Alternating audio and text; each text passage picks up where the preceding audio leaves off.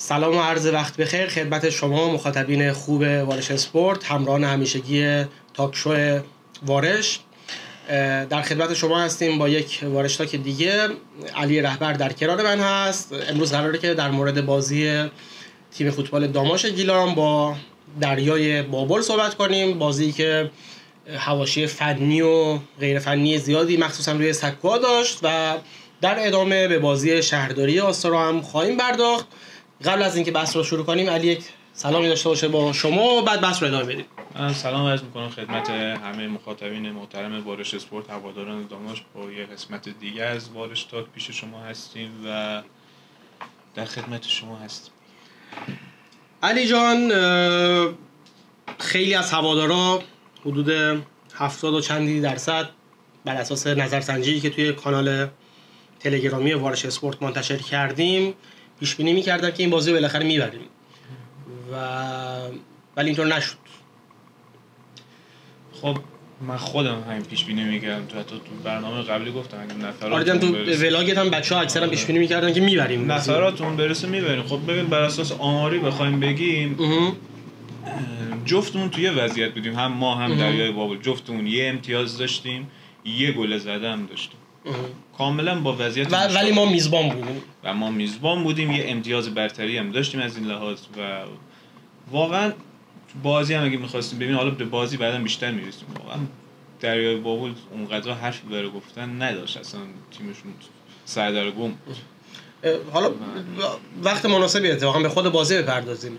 ببین حالا سیامک فرانی بعد از تیم اومد گفت که سر یک اتفاق گل خوردیم و در بازی‌های قبلا بر اساس اتفاق گل هامون رو می‌خوریم، ولی من میخوام بگم که ما گلی هم که میزنیم بر اساس اتفاقه. حالا ضربه ایسکایی که حالا بعد منجر به گل میشه و نمیدونم پنالتی و اینا، یعنی اون موقعیت‌هایی هم که ایجاد میکنیم زیاد توی صحنه، توی خود بازی نیست، توی روال بازی نیست. ببین بیایم با خودمون رو راست باشیم دیگه، یه بازی هممون دیدیم، نمیتونیم بیایم بگیم هر بازی مثلا هر بازیشون مثلا ما خیلی خوب بودیم. ما مقابل استقلال ملاسانی خوب بودیم، انصافا باید می‌بردیم. حالا خیبر که اونجوری شد نمیدونم بعدش چی میتونست بشه، ولی اصلا خیبر رو ما نمیتونیم جزء بازی فنی حساب کنیم. آره. ولی این بازی ببین عمق فاجعه اونجاست که ما 2 تا ضربه در چارچوب داشتیم. علیرضا به نظر 2 تا ضربه در چارچوب چی بود؟ پنالتی ها دیگه. 2 تا ضربه پنالتی بود، بقیه توپا هیچ کدوم تو چارچوب نبودن. فوقش یه دونه شوت زاهد تبار که از اون دست زد، اینو با هد زدن بیرون، یکم خطرناک بود. مثلا ما موقعیتی نداشتیم بخوایم مثلا میگه اونا یهو سر اتفاق گل زدن، ما خودمون همیشه شاید سر اتفاق گل زدیم. علی من حالا همینو می‌خواستم بگم. من دیدم خیلی از هوادارا توی گروه‌ها، توی پست‌ها و یوتیوب کامنت گذاشته بودن که حالا مثلا اگر اون یک صحنه گل نمیشد در ثانیه‌های پایانی بازی ما الان خوشحال بودیم، این تفکر رو نداشتیم. ولی من به شخصه اینطوری نبودم، یعنی من حتی اونجایی که توی استادیوم که بودم دقیقه مثلا 80-85 بازی بود، داشتم خودم فکر می‌کردم که الان بازی داره تموم میشه، ما بردیم، ولی قراره مثلا بعداً بیام توی وارش تاک صحبت کنم که تا حالا ما بردیم ولی خوب بازی نکردیم. یعنی چیزی که تو ذهن من داشت میگذشت اتفاقا چنین چیزی بود. حالا نمیدونم نظر تو چیه در این مورد. ببین من بخوام به طور رو راست بگم، شاید این سطح از بازی ضعیف داماشو من از فصل 94-95 به اینور ندیده بودم. یکی از بدترین بازی‌های داماش بود که خودم به چشم دیده بودم. اون فصل 94-95 به نظر آخرش چی شد؟ ما از لیگ یک افتادیم. ما اون فصل اینقدر رقت انگیز بازی می‌کردیم، واقعا مثل کبریت بی خطر بودیم. و اتفاقاً توی اون ولاگ هم که حالا منتشر شده من بهش اشاره کردم، شاید از یک نیمه دیگه بخوایم نگاه کنیم، شاید این که نبردیم یه جایی به نفعمون بشه. آره متوجهم، که زودتر به خودمون بیایم، ضعفامون بیشتر نمایان شد. الان ما می‌بردیم، خب ببین هوادار خوشحال میشد، حالا میگفت آره بردیم تموم شد. هر بار مثلا در بحث فصل 94-95 آوردم، حالا یه اشاره هم به اون فصل بکنم. اون فصل تا حالا یه مقدار نتایج بد بود، همه میگفتن با یه تغییراتی حالا تو سیستم یا حالا نفراتی هر چی ایجاد بشه یه دونه برد میومد، یا همه فکر می‌کردن همه چی گل بلبل تیم میمونه میاد بالا، دوباره حالا یه مساوی شد، دوباره تیم میرفت روال باخت، دوباره همه اعتراض میکردن. این دوباره میتونست همون اتفاق بیفته. ببین البته علی من یه چیزی بگم، من این باور رو ندارم که اگر شرایط مدیریتی، مالکیتی، حواشی، نظر شخصی ما عرض میکنم، اگر تمام این چیزا درست باشن، من فکر میکنم حتی با همین بازیکنان یا نهایتاً تقویتی که در نیم فصل انجام بشه، حتی با همین کادر فنی، من میگم تیم میمونه. نمیگم تیم خوبی قراره باشه، میگم ولی میمونه. این در واقع اعتقادیه که من دارم، ولی خب میگم صحبت اما اگر راست که شرایط اگر نرمال باشه که اینجور به نظر نمیاد. شرایط نرمال نیست، مشکل همین. تو میتونی یه دونه تیم معمولی هم داشته باشی، یه شرایط نرمال رو فراهم میکنه، خب تیم میره بازیشو میکنه، نتیجه‌ای که حالا در حد شایسته و متوسط هم باشه بگیره. خب ما که الان دیگه ترنسفر که میدن، اصلا نمیخوام دیگه در موردش حرف بزنم دیگه، از این ور و اون ور از هر شایعاتی هم مطرح شده که شایعاتی هم هست که قلی بگیم حالا شایعه است، نمیدونم اینطور هست یا نه، ممکنه حذف شه تا از فهرستمون وقتی نتونه تا آخر فصل بازی نمیدونیم، میگم شایعه، امیدوارم زودتر برگرده. آره. ولی ببین هر روز یه خبر میاد بیرون، یه روز میگن چه که این پاس نشه، اون داره میاد، این میره، اون میاد. اصلا وقتی این همه بحث پشت تیم باشه، خب با چه آرامشی تیم میخواد بازی بکنه؟ حالا دیگه من دیگه بحث سیستم رو نمیگم، بحث فنی رو حالا بذاریم کنار، این به هر حال بحث مالکیتی و مدیریتی و اصلا کلا وضع کلی در بحث فوتبال استان و شهرمون رشت چیزی بود که مورد انتقاد هوادارامون هم به هر حال قرار گرفت توی بازی قبل. بله دقایق اول دیدیم. آره که یک اعتراض به حق الانصاف کنترل شده ای هم بود، یعنی خیلی اعتراضی بود که واقعا به وضعیت موجود وجود داشت دیگه. حالا هم در مورد به هر حال آقای زحمتکش مالک تیم اعتراضاتی وجود داشت، هم در مورد هیئت فوتبال و آقای الماسخاله به هر حال اعتراضاتی وجود داشت، چون به هر حال ایشون در حال حاضر بزرگ فوتبال ما هستن، بزرگ فوتبال گیلان هستن و هر اتفاقی که داره متولی و بالاتر از ایشون در فوتبال گیلان نداریم دیگه در حال حاضر. آره به هر حال هر اتفاقی میفته به هر حال زیر نظر ایشون، درسته که ورزش و جوانان هم هست، ولی به هر حال از در واقع چارچوب فیفا اف سی هم بخواد در نظر بگیریم، هیئت و فدراسیون چیز جدایی است، ربطی به وزارت ورزش نداره. به هر حال از ایشون و هیئت فوتبال انتظار میره که جایی هم اگر میبینن یک مالکی یا دعوایی وجود داره، حالا هر چی هست به هر حال ورود کنن که این حاشیه‌ها کم بشه. اصلا من صحبت اینه چرا باید ما بذاریم کار به اینجا بکشه؟ چرا باید کار به جایی برسه که اون مردمی که روی سکو دارن تشریح میکنن بیان ضد ما حرف بزنن؟ اصلا هر کی بیاد کار خودش انجام بده، نخواد مغلطه کنه و اینا، همه چی خوب پیش میره. چرا باید مثلا بیان پشت سر حرف بزنن رو سکو؟ ولی خب ببین در هر صورت ما همیشه باید صدای مردم بشنویم. بله اونا از وضعیت راضی نیستن، صداشون بشه. علی من به خرد جمعی همیشه معتقدم. من میگم یک جمع در نهایت خیلی چیزا رو بهتر درک میکنه. یعنی وقتی یک جمعی داره میگه یک مشکلی وجود داره، پس احتمالاً مشکلی وجود داره. یعنی قریب به یقین میتونیم بگیم که مشکلی وجود داره. به هر حال چه مشکل در بحث مالکیتی هست، چه هر مشکل دیگه‌ای، هر حاشیه‌ای که دور تیم هست، امیدوارم حل بشه و این تیم به آرامش برسه.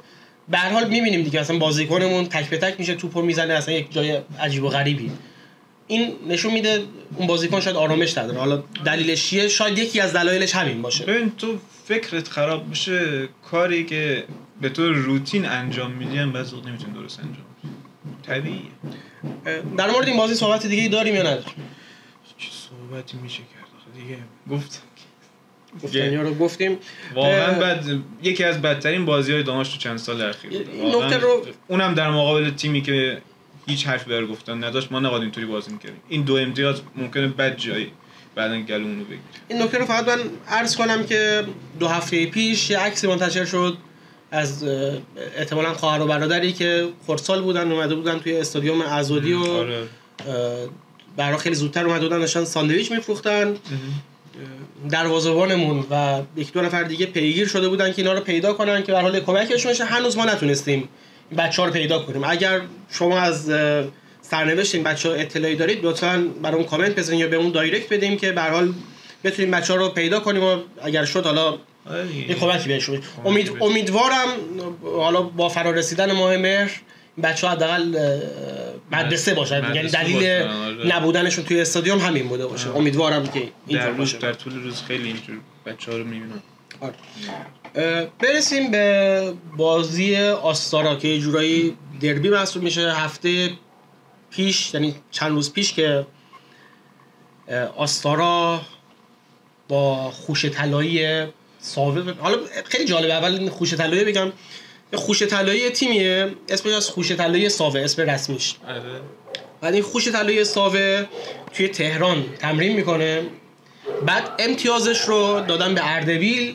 بعد اردبیل چون امکان برگزاری بازی نداشته، بازیش تو آستارا برگزاری، تو گیلان برگزار میشه. خیلی عملا آستارا یه جورای میزبان بود. که حالا آستارا با همین خوش طلایی هر جایی که هست که بازی کرد توی آستارا بازیش برگزار شد، 2-1 عقب بود، 3-2 بازی رو برد. اسمشو بذاریم خوش طلایی ایران، خودمون راحت. کاری فکر کن تیم آسیایی مثلا. حالا اینو میگفتم آستارا 2-1 عقب بود، تیمش 10 نفره بود، بازی رو 3-2 برد و این در همون روزی که ما اومدیم بازی 1-0 برده رو مساوی کردیم با ضربه آخر. یه جورایی خط نشونی برای ما. نظر در مورد بازی آستارا چیه؟ نظرم در مورد بازی آستارا اینه که با اقتدار میبازیم. یادی میگی؟ واقعا نظرم همینه. من روال رو این سمت میبینم. در واقع دلم نمیخواد این اتفاق بیاد. فکر کنم بازی مثلا 2-1 آستارا میشه. و من واقعا از ته دل میخوام با توجه به اتفاقاتی که بعد بازی افتاد بازیکن‌ها یه واکنشی نشون بدن، در واقع یکم جدی‌تر بگیرن بازی کردن و یکم حواسشون جمع‌تر باشه، حواسشون بازی باشه. شاید ما نیاز به تغییر تاکتیک هم داشته باشیم. البته زیاد اینو از سیاوش فرانی انتظار ندارم. فکر نمی‌کنم اصلا اتفاق بیفته. عملاً تیم با همین ترکیب و با همین تاکتیک تمرین کرده. اما جدا از حالا اول که گفتم با اقتدار، حالا می‌خواستم اینجوری از روی ناراحتی گفتم، ولی خب مسیری که داریم پیش میریم مسیر رو به باخت متاسفانه. ما خارج از خونه حالا یه بازی که اونجوری شد هیچی، یه اخراجی هم که داشتیم حالا این هفته بعد فجرم که اونجوری باختیم مهم نیست، ولی من مسیر رو به سمت باخت میبینم. ولی به نظرم این بازی مساوی هم بکنیم من با توجه به نتایج داماش و با توجه به اینکه بازی آستارا به هر حال نزدیکه به خودمون و با توجه به اینکه تنها برد آستارا همین بازی قبل بوده، من فکر میکنم که مساوی دور از ذهن نیست و ما میتونیم مساوی رو هم بگیریم. شما چی فکر میکنید؟ مساوی شما؟ 1-0 خب هانیه خیلی خوش همه بازی ها رو 1-0 داماش میگیم. اینقدر میگم تا یه روزی 1-0 داماش میشه. شما مافیایی. خب اینجا مساوی ها بیشتر بود دیگه. باخت مساوی برد. باختی که میتونه مساوی هم بشه، یا مساوی یا باخت. من برد رو نمیبینم فعلا. بازی ما سعی میکنیم براتون پخش کنیم. اینکه هوادار قراره بره آستارا یا نه هنوز چیزی اعلام نشده، ولی اینکه حالا چنین اتفاقی بخواد بیفته یا نیفته من واقعا نمیدونم. یعنی حالا پیگیری میکنیم، اگر چنین اتفاقی افتاد بهتون اطلاع خواهیم داد دیگه. اصلا که شرایطش به چه شکلی خواهد بود. خودم البته دلم می‌خواستیم بازی بیام، حالا به خاطر شرایط کاری احتمالاً نشه، ولی دیگه لایو احتمالاً داریم. ببین لایو که داریم، ولی اینکه از اونجا باشه بعید میدونم، به این دلیل که من خودم یک سفر حالا متفرقی دارم به تهران و فکر نمی‌کنم فرصت بشه که برنامه‌ریزی کنم، ولی به هر حال پخش می‌کنیم. بچه‌ها دوستانم تو آستارا هستن، شاید از اونم تونستیم کمک بگیریم، مخصوصا آقا جواد. داره این در مورد بازی آستارا صحبتی نمیمونه واقعا. یعنی اصلا ببین میدونیم حالا اصطلاح اره رو نمیخوام به کار ببرم. زمانی که تیم وضعیتش اینطوری مشخص نیست و سرگردون هستیم، خیلی سخته که بشه پیش بینی ها رو انجام داد، تیم به آرامش برسه، خودمون به آرامش برسیم. امیدوارم به هر حال این قضیه حل بشه. حواشی که وجود داره به هر نحوی، اصلا واقعا نفر برای ما مهم نیست، قضیه حل بشه، تیم به آرامش برسه و جا دارن شیرالات میخرن. این مشکلاتی که به هر حال به وجود میاد طبیعی هم هست دیگه توی بخش ضبط یه تکی که ما میگیریم جدی نگه دارم نمیذارن. آره علی، حالا صحبت در مورد آستارا هم تموم شد. یکم خودت حالا برای دوستانی که تا این لحظه با ما هستن در مورد ولاگات بگو. چجوریه الان؟ تو حالا میدونم زیاد تجربه ویرایش فیلم نداشتی، ولی خب خیلی موفق عمل کردیم. من میدونم با موبایل هم داری این کار انجام میدیم، ولی به شخصه روز به روز دارم این پیشرفت رو میبینم. نظرت چیه؟ کلا فضا چجوریه؟ دوست داری این کار رو؟ آره اتفاقا برای من یه تجربه متفاوتی. بیشتر مثلا حالا فصل‌های قبل مثلا پایین بودم، میدونم مثلا یکی داره فیلم میگیره، خب میگن علی تو هم برو از اون زاویه فیلم بگیر. خب من عملا میدونم اون کاری که دارم گوشه انجام میدم شاید چندان مفید نباشه. یا مثلا من دارم فیلم گلو میگیرم، میگم یه نفر دیگه هم داره میگه، خب میگم من زیاد فیلم بگیرم اونقدر مهم نیست. الان عملا دارم کاریو میکنم که کسی دیگه فعلا تا صدش هم خودت انجام میدی. فعلا توی تیم ما دور و بر ما کسی داره انجام نمیده، ممکنه بعد این انجام بده، البته من خیلی دوست دارم انجام بدم. من سعی میکنم به عنوان یه کار روزمره، مثلا فکر کن یه هواداری از خونش راه افتاده، از محل کارش راه افتاده، معمولا هم مثلا آره. محل کار میاد دیگه خودت. آره داره میره به سمت بازی. سعی میکنم اون مسیر رو، اون نفراتی که باش روبرو میشه، همه اون تجربه رو تو یه ویدیو داشته باشیم که مثلا بعدها بتونیم بهش نگاه کنیم و اتفاقاتی که افتاده به عنوان یه آره حالا یه اتفاق مثبتی هم که مثال داره میفته و امیدوارم ادامه دار باشه اینه که فکر میکنم اگر اشتباه نکنم امسال اولین سالی میشه که ما آرشیو کامل بازیامون رو قرار داشته باشیم. خیلی خوبه. آره اصلا اینا همه خاطره است. بعد آدم بخواد بره حالا یه نتیجه در بیاره، مثل بعضی وقت میخواد کار خودت آره معمولا می‌نویسی پیش بازی می‌نویسی. آره علی پیش بازی فلان بازی چی شد فلان سال، الان دیگه آرشیو داریم راحت میشیم. الان خیلی اوقات بعضی نتایج مقابل بعضی تیم‌ها یا مثلا عکس فلان بازی و مثلا نه قشنگ آرشیو واشفت از 89 هست، آدم میتونه راحت بره در بیاره. آرشیو داشتن خوبه. من الان مثلا تو تمام این سالایی که اومدم استادیوم خب از این تجربه زیاد داشتم. مسیر استادیوم، هواشی، اتفاقاتی میفته، کجا ما میستیم، با کیا روبرو میشیم، چه اتفاقاتی میفته، اینا رو هیچ وقت فرصت نشده بود به تصویر بکشم. بالاخره حالا این فرصتش پیش اومده. امیدوارم مخاطبین راضی باشن حالا و من سعی میکنم روز به روز چیز جدید بهش اضافه کنم و خسته کننده نباشه برای کسی و روز به روز بهتر بشه. خب این بس قولم به ما داد که دیگه توی از هفته‌های بعد علاقه کارهای متفاوتی هم ببینیم. حالا امیدوارم این کار رو ما بتونیم مثلا حالا امسال فکر نمی‌کنم به اون صورت شرایطش رو داشته باشیم، ولی اگر شد حالا کم کم توی بازی خارج از خونه اینو داشته باشیم. خیلی خوب میشه. خب بازی خارج از خونه من خودم برای آستارا اتفاقا این فکر رو داشتم. حالا تو مسیر آستارا بودیم، تو جاده وا میستیم و این چیزا، ولی خب شرایط کاری دیگه. حالا کار حالا یه ور قضیه واقعا حالا یه حقیقتی هم که همیشه وجود داره، بحث شرایط مالی هم هست برای بچه‌هایی که نه فقط ما، بچه‌هایی که کلا برای داماش یا تیم‌های مثل داماش کار میکنن، کارشون اصولا دلیه و اگر بحث سود و زیان اگر مطرح باشه که اصلا خب نمیشه این کار رو انجام داد و نمیشه ادامه داد. اصلا اگه دلی نبود ما چرا الان باید به داماش میپرداخت؟ آره واقعا. این تیک‌های شوخیوار علی که تو ولاگش هم هست خب واقعا یه طنز جالبی به کار میدن. امروز متاسفانه سیدعلی هاشمی و پوریام اینجا نیستن، دو تا کچل دیگر نه و دو تا علی دیگر رو. چقدر علی داریم؟ آره چقدر علی کچل داریم. علی کافه هم زدیم. و حالا دوستان مثل یه چیزی هم دارن یادداشت میکنن، با ما کار ندارن. خب این بود وارشتاک این هفته. واقعا صحبت زیادم آره دوستان اشاره میکنن که بس دیگه. آره من آره میگن که شکل رایفی پورم.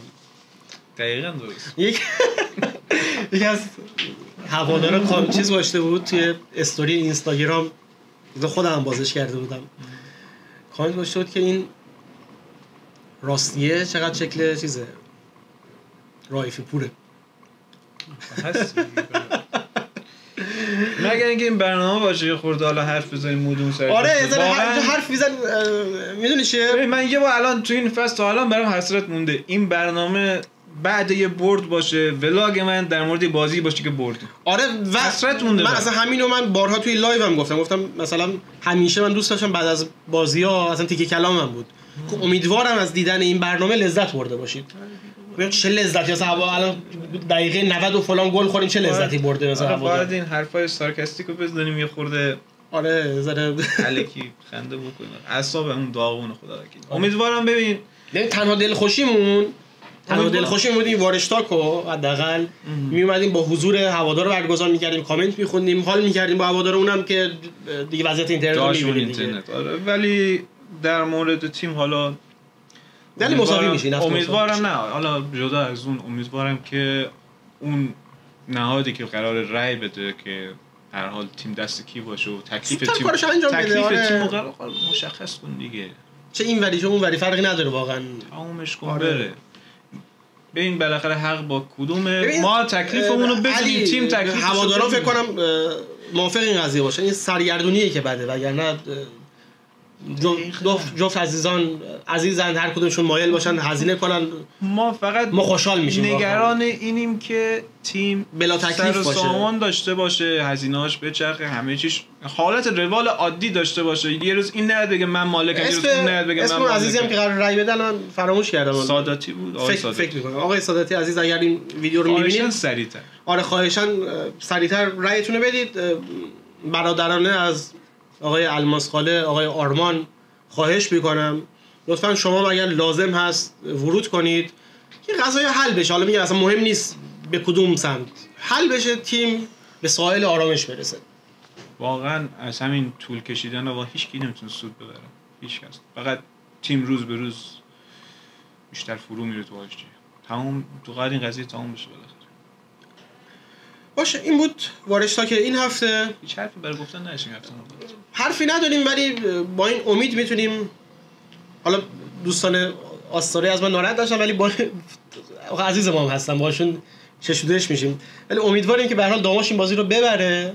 خب فوتبال دیگه. آره. امیدواریم تیم بهتر برنده بشه. نه من امیدوارم داماش برنده بشه. چرا داماش دیگه چشم کنه. آره واقعا امیدواریم داماش برنده بشه که یک به هر حال روحیه هم به تیم تزریق بشه و ما هم خوشحال بشیم، هواداران خوشحال بشن.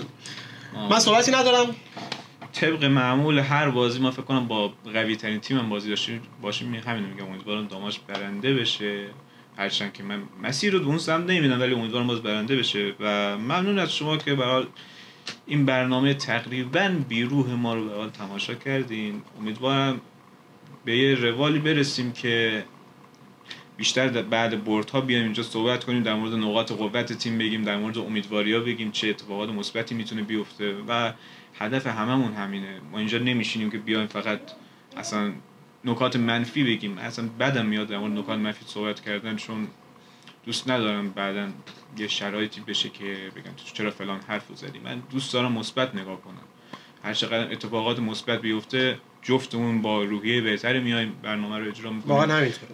با روحیه بهتری میان سراغ بازی‌ها، با خستگی استادیوم رو ترک نمی‌کنیم و خواهشاً هر کی که میتونه به این تیم کمک کنه که تکلیفش مشخص بشه و روی روال برد بیفته، روی روال موفقیت بیفته، خواهشاً چیزی کم نذاره.